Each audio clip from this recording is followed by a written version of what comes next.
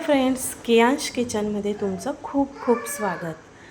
आजचा दिनविशेष आहे, आज जागतिक पर्यावरण दिवस. तर चला मग त्यानिमित्ताने आपण आज काहीतरी छान अशी भन्नाट रेसिपी बनवूया. आज आपण बनवणार आहोत भरलेली वांगी. मग ही पूर्ण आपण खानदेशी पद्धतीने बनवणार आहोत. मग त्यासाठी लागणार आहेत आपल्याला ही छोटी काटेरी वांगी. मोठी वांगी घेतली तरी चालणार आहे, पण लहान वांगी जर घेतली तुम्ही छोटी, तर ती अजून चविष्ट आणि छान लागतात. मग त्यासाठी मी घेतली आहे एक 5-7 वांगी आणि याच्यामध्ये घेतला आहे 3 ते 4 पोहे खायचा चमचा शेंगदाण्याचा कूट आणि त्याच्यामध्ये मी घरगुती काळा मसाला, चटणी, हळद, मीठ, कोथिंबीर आणि लसूण बारीक ठेचून घेतलेला आहे. हे आणि त्याच्यामध्ये आता आपण थोडं तेल घालणार आहोत, जेणेकरून त्याला बाइंडिंगला सोपं जाईल. मग मी यामध्ये आता थोडंसं तेल घालणार आहे. तेल साधारणतः थोडंसंच घालायचं, जास्त घालायचं नाही. मी साधारणतः पोहे खायचा 1 ते 1.5 चमचा तेल घातलेला आहे आणि थोडीशी आपल्याला वरून कोथिंबीर लागेल. मी ऑलरेडी याच्यामध्ये कोथिंबीर थोडीशी घातलेली आहे, पण याच्यातल्या कोथिंबीरीची चव छान लागते आणि वरून घातलेली कोथिंबीरीची चव पण वेगळी लागते, म्हणून मी या 2 प्रकारे कोथिंबीर यामध्ये घालते आहे. आता आपण अगोदर ही वांगी उभी कापून घेऊ. आता बघा, संपूर्ण वांग्यांना मी उभा काप देऊन दिलेला आहे. आता आपण याला पाण्यामध्ये टाकू, जेणेकरून ही काळी पडणार नाही. आणि चांगली पूर्ण पाण्याने व्यवस्थित वांगी धुवून घ्यायची आहे. परत एक पाणी बदलून घ्यायचं.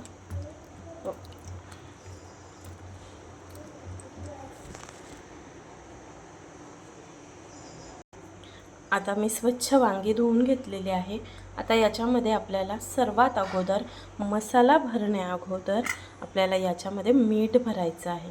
मीठ का भरणार आहोत आपण, कारण की ही वांगी जी आहेत ती थोडी चवीला तुरट प्रकारे लागते आणि ती जर वांगीमध्ये आपण मीठ भरलं तर ती वांगी आपल्याला त्याच्यामध्ये छान टेस्ट मिळते.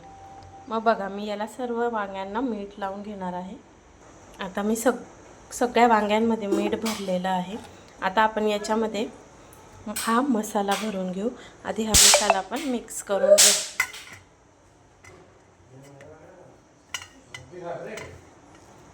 मी याच्यामध्ये साधारणतः 2 छोटे चम्मच चटणी टाकली आहे आणि 1 छोटा चम्मच हे टाकलेला आहे मसाला आणि मीठ टाकलं चवीनुसार. तुम्हाला जसं तिखट आवडत असेल तुम्ही त्यानुसार तिखटाची क्वांटिटी घेऊ शकता. आमच्या इथे मध्यम खातात, त्यामुळे मी जास्त तिखट बनवत नाही. आता हा माझा मसाला मिक्स करून झालेला आहे. आता बघा, या मसाल्याला कसं ओलसर टेक्स्चर आलेलं आहे. हातात वळून बघायचं. बघा, असं लाडू वळला जातो आहे ना, त्या पद्धतीने आपल्याला ते टेक्स्चर पाहिजे आहे मसाल्याचं. आता आपण एक एक करून याच्यामध्ये वांग्यामध्ये मसाला भरून घेणार आहोत.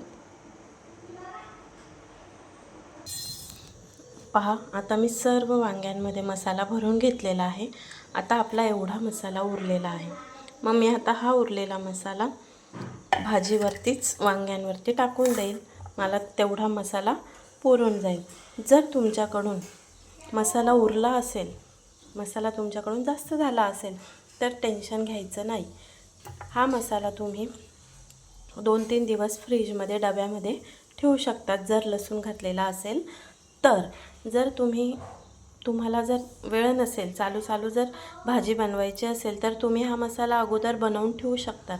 फक्त त्याच्यामध्ये तेल आणि जे लसूण आहे ते तुम्ही ऐन वेळेला करताना टाकायचं. हा मसाला तुम्ही भेंडीच्या भाजीमध्ये भरू शकतात, भरलेली गिलकी बनवू शकतात. अशा अनेक प्रकारच्या भाज्या याच्यातून तुम्ही बनवू शकतात. चला तर मग आपण आता वांग्याची भाजी करायला सुरुवात करू. सर्वात अगोदर आपण गॅस पेटायला घेऊ. गॅस पेटवल्यानंतर त्यावर कढई ठेवायची. कढई तापली की त्याच्यामध्ये आपल्याला तेल घालायचं आहे. आता साधारणतः याच्यामध्ये मी ह्या पळीचं माप घेऊन 2 पळ्या तेल टाकलेलं आहे. आता हे तापल्या की त्यामध्ये आपल्याला थोडीशी मोहरी घालायची आहे. मोहरी तडतडली की आपल्याला लगेच त्याच्यामध्ये जिरं घालायचं आहे. आता तेल तापलेलं आहे, मोहरी तडतडते आहे. आता आपण याच्यामध्ये जिरं घालणार आहोत. जिरं चांगलं तडतडलं, थोडा गॅस आपण कमी करून घेणार आहोत.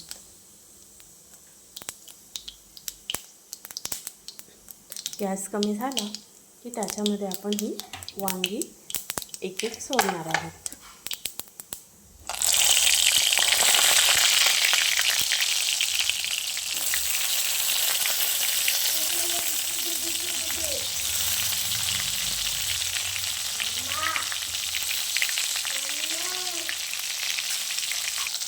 आता ही वांगी आपल्याला थोडा वेळ हलवून तेलात ठेवून द्यायची आहे.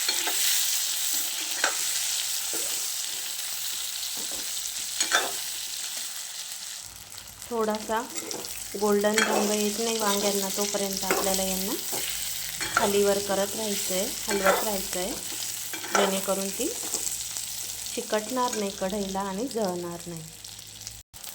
पहा, आता यांना गोल्डन रंग आलेला आहे.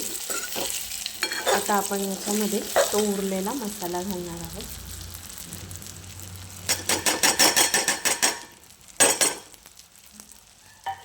तो मसाला घालून एकदा चांगलं मिक्स करून घ्यायचं आहे. 1-2 मिनिटं हलवल्यानंतर त्याच्यामध्ये आपल्याला गरजेनुसार पाणी घालायचे, जेणेकरून ती वांगी शिजतील एवढं आपण पाणी घालणार आहोत. मी याच्यामध्ये आता 1 ते 1.5 ग्लास पाणी घालणार आहे.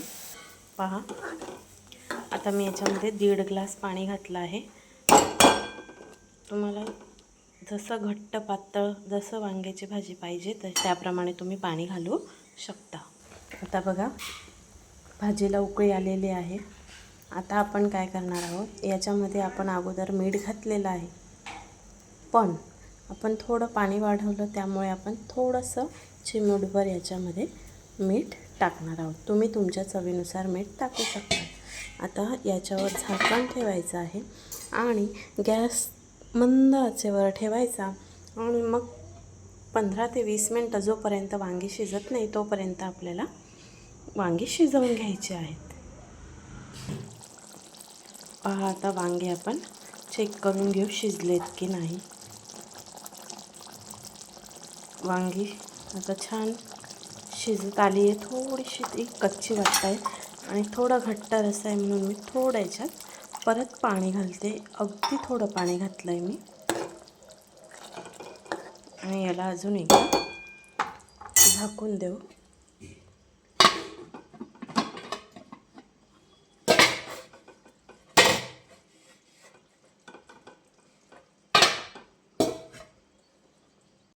आता आपण 5 ते 7 मिनटं याला अजून वाफवू देऊ, शिजवू देऊ आणि मग वांगी बघू. आता आपण परत वांगी चेक करून घेऊ शिजले आहे की नाही. आहा हा, काय छान असा खमंग वास येतो आहे बघा. आता वांगी शिजली की नाही हे कसं समजणार? नवीन मुली असतात, नवीन स्वयंपाक करतात, त्यांना समजत नाही. म्हणून बघा, त्यांना एक छोटीशी ट्रिक सांगते. इथे देठ जे आहेत वांग्याचा मागचा भाग, त्याला काय म्हणतो आपण, देठ. ती देठ शिजले आहे की नाही ते दाबून बघायचे. ते दाबले म्हणजे ते शिजले आहे असं समजायचं. कारण वांगं पुढे शिजून जातं पण मागे लवकर शिजत नाही. मग आता आपण याच्यात उरलेली कोथिंबीर घालून घेऊ. आता आपली भाजी तयार आहे. आपण आता गॅस बंद करू. तर बघा, किती छान भाजी आपली तयार झालेली आहे. आता ही भाजी तुम्ही भाकरीसोबत, भातासोबत किंवा चपातीसोबत खाऊ शकतात. तर आता बघा, अगदी छान अशी ही भाजी तयार झालेली आपल्याला दिसते.